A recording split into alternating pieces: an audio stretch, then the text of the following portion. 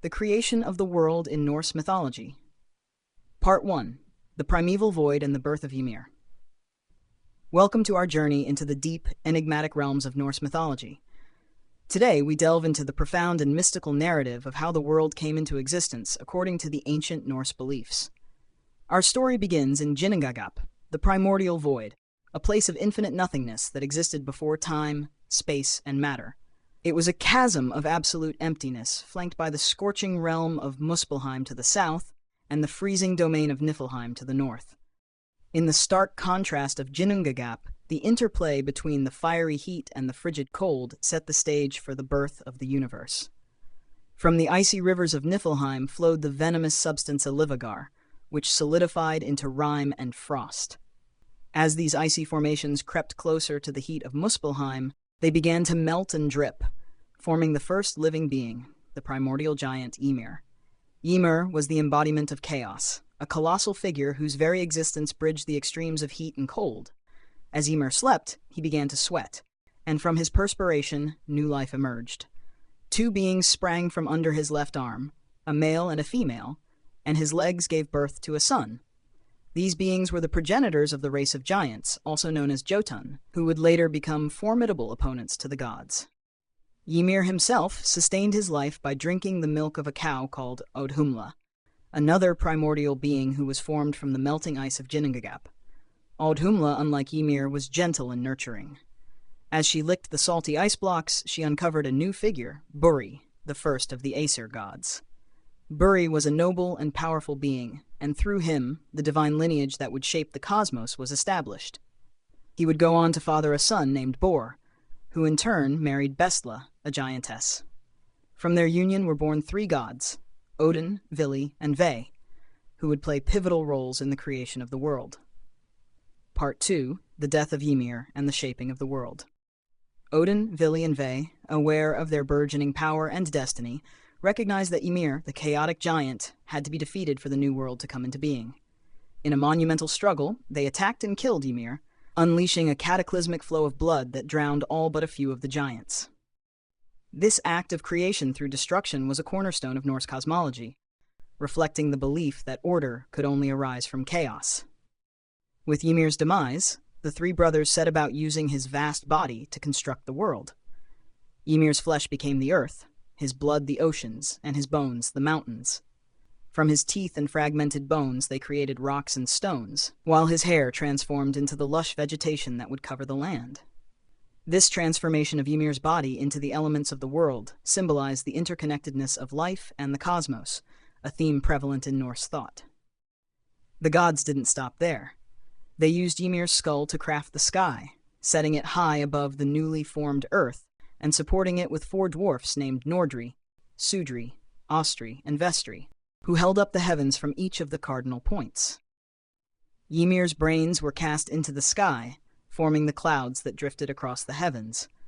This act of using Ymir's remains in such an intricate and purposeful manner demonstrated the divine craftsmanship and intention behind the creation of the world.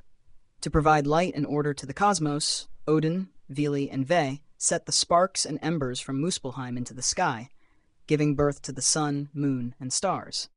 They established the cycles of day and night, the changing seasons, and the passage of time, bringing structure and predictability to their creation. The world was now a harmonious blend of elements, each part derived from the body of Ymir and imbued with the essence of the divine. Part 3. Midgard and the Realm of Humans. Having crafted the heavens and the earth from Ymir's remains, the gods turned their attention to shaping the land where humans would eventually reside. This realm was called Midgard, meaning Middle Earth, a central fertile region surrounded by vast seas created from Ymir's blood.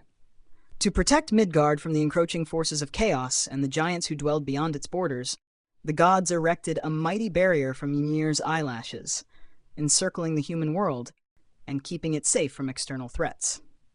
The creation of Midgard was more than just a physical space. It represented a domain of balance and harmony amidst the tumultuous energies of the cosmos. Its position in the center of the universe underscored its role as the heart of human experience and the focal point of the gods' attention. The gods infused Midgard with the potential for life, making it a lush and vibrant place teeming with natural beauty and resources. Rivers flowed, forests grew, and mountains rose majestically against the sky. Within Midgard, the gods prepared the world for the arrival of humanity. They fashioned the first human beings from the materials of the earth itself. As they walked along the shore of the newly formed land, Odin, Vili, and Ve encountered two lifeless tree trunks.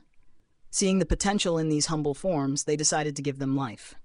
Odin breathed life into them, Vili bestowed consciousness and movement, and Ve granted them speech, hearing, and vision. Thus, the first man and woman, Ask and Embla, were born. Ask and Embla were placed in Midgard, where they thrived under the watchful eyes of the gods. They became the progenitors of the human race, tasked with populating the earth and continuing the cycle of life. The gods' gifts to Ask and Embla, life, consciousness, and perception, symbolized the Norse view that humanity was intrinsically linked to both the divine and the natural world.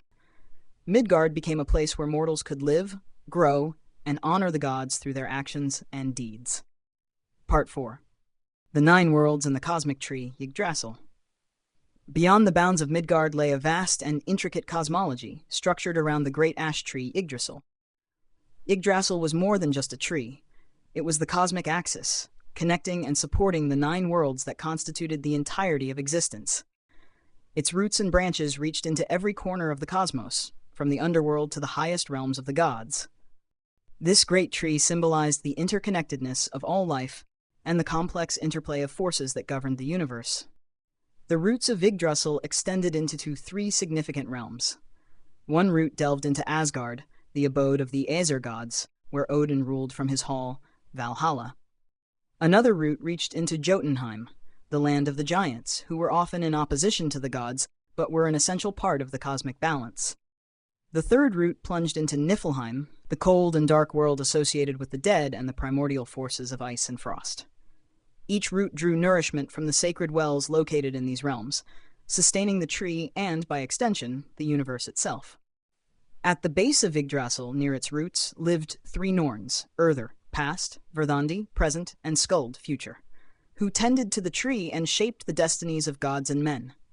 These powerful beings wove the threads of fate, ensuring that the actions of all creatures would align with the grand design of the cosmos. Their presence underscored the Norse belief in a predestined fate that was inextricably linked to the structure of the universe. High in the branches of Yggdrasil lived various creatures that played vital roles in the cosmic order.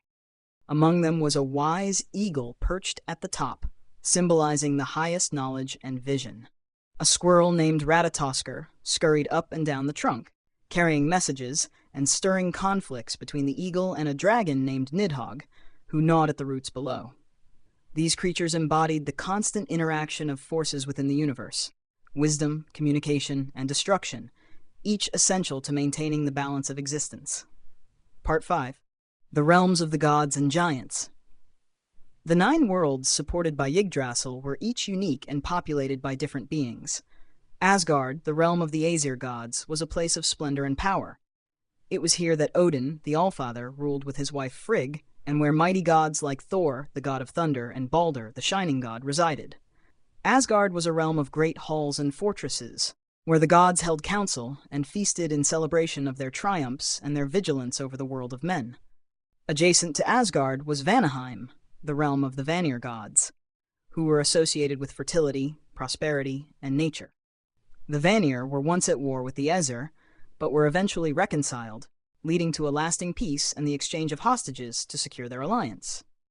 This union of Aesir and Vanir symbolized the Norse understanding of the need for harmony between different forces, be they warlike or nurturing, within the cosmos. Jotunheim, the land of the giants, lay beyond the boundaries of Midgard. It was a realm of rugged wilderness, home to the Jotun, beings of immense strength and often adversaries of the gods. Yet, the giants were also deconnected to the gods through blood ties and marriages, representing the complex and often paradoxical relationships that underpin the Norse cosmology.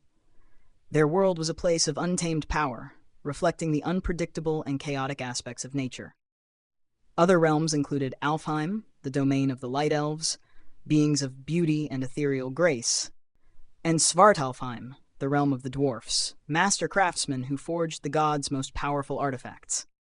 Nidavellir, also known as Svartalfheim, was renowned for its dark caverns and the extraordinary skill of its inhabitants in metalworking and crafting magical items. Each of these realms contributed to the rich tapestry of Norse mythology, illustrating the diversity of life and the many dimensions of existence. I hope you enjoyed this incredible story. We're eager to hear what you thought about the topic of this video, so don't hesitate to share your opinions and ideas in the comments below. We want to hear from you. And if you enjoyed this content, don't forget to subscribe to our channel. Here, we always dive into epic stories, fascinating curiosities, and much more. And to make sure you don't miss our upcoming videos, hit the notification bell. See you next time, and thanks for watching.